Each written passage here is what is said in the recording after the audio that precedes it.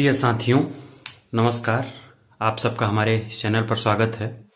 और आज मैं आपके बीच यूपीएससी मेंस का जो क्वेश्चन पेपर है उसको डिस्कस करने के क्रम में जीएस सेकंड पेपर के कुछ प्रश्न लेकर उपस्थित हूँ। तो इस वीडियो में हम जानेंगे कि जीएस सेकंड पेपर में कौन कौन से प्रश्न पूछे गए थे यूपीएससी मेंस 2022 में। जीएस सेकंड पेपर है जो पॉलिटी, गवर्नेंस, इंटरनेशनल रिलेशन और सोशल जस्टिस का पेपर है।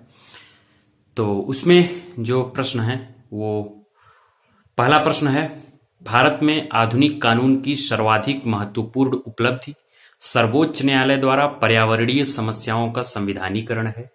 सुसंगत वाद विधियों की सहायता से इस कथन की विवेचना कीजिए। यह प्रश्न जो है हाल ही में सुप्रीम कोर्ट द्वारा पर्यावरणीय जो समस्याएं हैं उनको लेकर बहुत सारे फैसले दिए गए हैं, उसके बारे में चर्चा में न्यूज़पेपर में रहा, इसलिए उसको आधार बनाकर यूपीएससी ने प्रश्न किया है। 150 शब्द में आपको लिखना है, 10 अंक का है। दूसरा प्रश्न है, भारत के संपूर्ण क्षेत्र में निवास करने और विचरण करने का अधिकार स्वतंत्र रूप से सभी भारतीय नागरिकों को उपलब्ध है, किंतु ये अधिकार असीम नहीं है, टिप्पणी कीजिए। ये भी 150 शब्द में है। और ये प्रश्न जो है आर्टिकल 19 के बारे में है, और 19 के बारे में जब आप पढ़ेंगे तो इसमें आपको ये प्रश्न समझ में आ जाएगा कि कहना क्या चाह रहा है। इसके बाद तीसरा है, आपकी राय में भारत में शक्ति के विकेंद्रीकरण ने जमीनी स्तर पर शासन परिदृश्य को किस सीमा तक परिवर्तित किया है। ये भी 150 शब्द में है। ये जो हाल ही में 73वां और 74वां संविधान संशोधन हुआ था, हाल ही में कहने का मतलब कि 92-3 में, तो उसने जो गवर्नेंस का परिदृश्य है वो कैसे चेंज हुआ ग्रामीण स्तर पर, जब पंचायती राज संस्थाएं, नगर पालिका, नगर निगम जैसे इंस्टीट्यूशन स्टेब्लिश हुए, तो इसके बारे में आपको उत्तर देना है। और जो चौथा प्रश्न है वो है, राज्यसभा के सभापति के रूप में भारत के उपराष्ट्रपति की भूमिका की विवेचना कीजिए। 150 शब्द। यह प्रश्न हाल ही में हुए उपराष्ट्रपति के चुनाव के मद्देनजर पूछा गया है। इसके बाद पांचवा सवाल है, पिछड़ा वर्ग आयोग के सांविधिक निकाय से संवैधानिक निकाय में रूपांतरण को ध्यान में रखते हुए इसकी भूमिका की विवेचना कीजिए।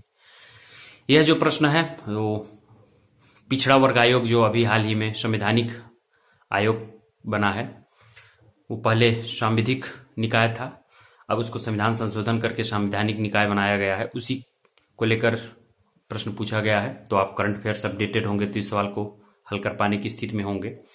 छठवां प्रश्न है, गतिशक्ति योजना की संयोजकता के लक्ष्य को प्राप्त करने के लिए सरकार और निजी क्षेत्र के मध्य सतर्क समन्वय की आवश्यकता है, विवेचना कीजिए। ये करंट अफेयर्स का प्रश्न है और इसको आप बहुत अच्छे से हल कर पाएंगे, क्योंकि गतिशक्ति योजना जो है काफी चर्चा में रही है, उसी को आधार बनाकर प्रश्न पूछा गया है। 150 शब्द का है। 7वां सवाल है, दिव्यांगता के संदर्भ में सरकारी पदाधिकारियों और नागरिकों की गहन संवेदनशीलता के बिना दिव्यांगजन अधिकार अधिनियम 2016 केवल विधिक दस्तावेज बनकर रह गया है, टिप्पणी कीजिए। यह प्रश्न सोशल जस्टिस से जुड़ा हुआ है कि जो दिव्यांगजन अधिकार अधिनियम 2016 बना था, तो उसको अगर सरकारी पदाधिकारी और नागरिक संवेदनशील होकर उसको फॉलो नहीं करेंगे या उसके इम्प्लीमेंटेशन के लिए सजग नहीं रहेंगे, कार्य नहीं करेंगे, तो केवल दस्तावेज ही बनकर रह जाएगा। यही आपको समझाना है 150 शब्द में। इसके बाद 8वां सवाल है, प्रत्यक्ष लाभ अंतरण योजना के माध्यम से सरकारी प्रदेय व्यवस्था में सुधार एक प्रगतिशील कदम है, किंतु इसकी अपनी सीमाएं भी हैं, टिप्पणी कीजिए। ये भी 150 शब्द में है।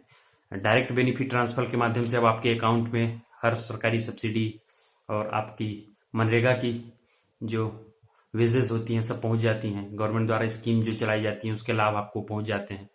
तो ये क्या गवर्नेंस में या गवर्नमेंट की जो सिस्टम है उसमें एक सुधार हुआ है डायरेक्ट बेनिफिट ट्रांसफर के माध्यम से, कोई एक प्रगतिशील कदम है, और इसकी जो सीमाएं हैं, कमियां हैं, कुछ लूप होल्स हैं, उसको भी आपको बताना है। तो ये भी 150 शब्द में है।